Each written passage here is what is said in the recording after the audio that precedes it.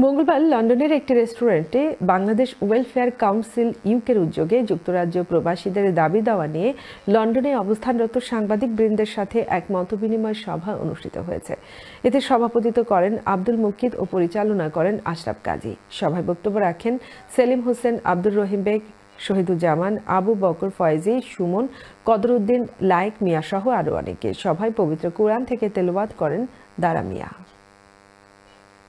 আমরা Bangladesh welfare council দীর্ঘদিন ধরে কমিউনিটির কল্যাণে আমরা কাজ করে যাচ্ছি ইনশাল্লাহ। আমাদের কয়েকটা দাবি নিয়ে আজকের এই মত বিনিময় সভা। আমাদের দাবিগুলোর মধ্যে হচ্ছে, প্রথম দাবিটাই হচ্ছে যে আমাদের প্রবাসী অধ্যুষিত সিলেট ওসমান বিমানবন্দরকে যেন পূর্ণাঙ্গ আন্তর্জাতিক বিমানবন্দরে রূপান্তর করা হয়। আমাদের প্রধান উপদেষ্টা ডক্টর মোহাম্মদ ইউনূস সাহেবের কাছে জোর দাবি জানাচ্ছি আমরা প্রবাসীরা, যেন আমাদের এই সমস্যাগুলো যেন উনি সমাধান করে দেন।